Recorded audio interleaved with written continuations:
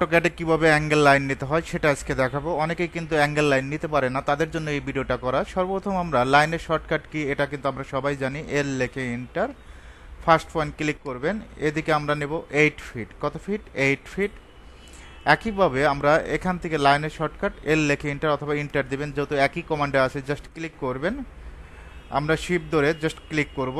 Click করার পর আপনি কত ডিগ্রি অ্যাঙ্গেল দিতে চাচ্ছেন, আমি এখানে দেব 40 ডিগ্রি অ্যাঙ্গেল, জাস্ট 40 দিয়ে দিব, 40 দিয়ে দেব, এন্টার দিব।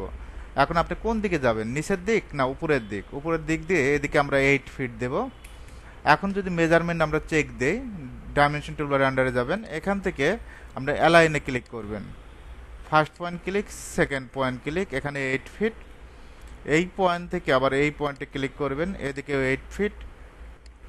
এখান থেকে অ্যাঙ্গুলারে ক্লিক করবেন, ফার্স্ট পয়েন্ট, সেকেন্ড পয়েন্ট, এখান থেকে 40 ডিগ্রি।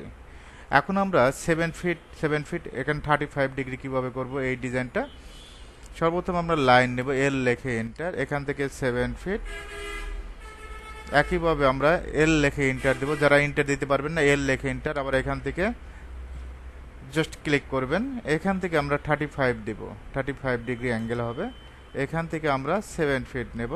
মেজারমেন্ট যদি চেক দেই, DAL লেখে enter, dimension align shortcut, first point, second point, এদিকে 7 ফিট। এই পয়েন্ট থেকে এই পয়েন্ট এদিকে কত ফিট? 7 ফিট।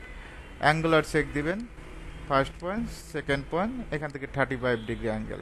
আশা করি যে কোনো মেজারমেন্টের অ্যাঙ্গেল করতে পারবেন, যে কোনো মেজারমেন্ট দিয়ে কাজ করতে পারবেন। এখানে 7 ফিটের জায়গায় 9 ফিট হতে পারে, 10 ফিট হতে পারে, 20 ফিট হতে পারে। যেমনভাবে দেখানো হয়েছে আপনি যে কোনো মেজারমেন্ট দিয়ে কাজটা করে দিতে পারবেন।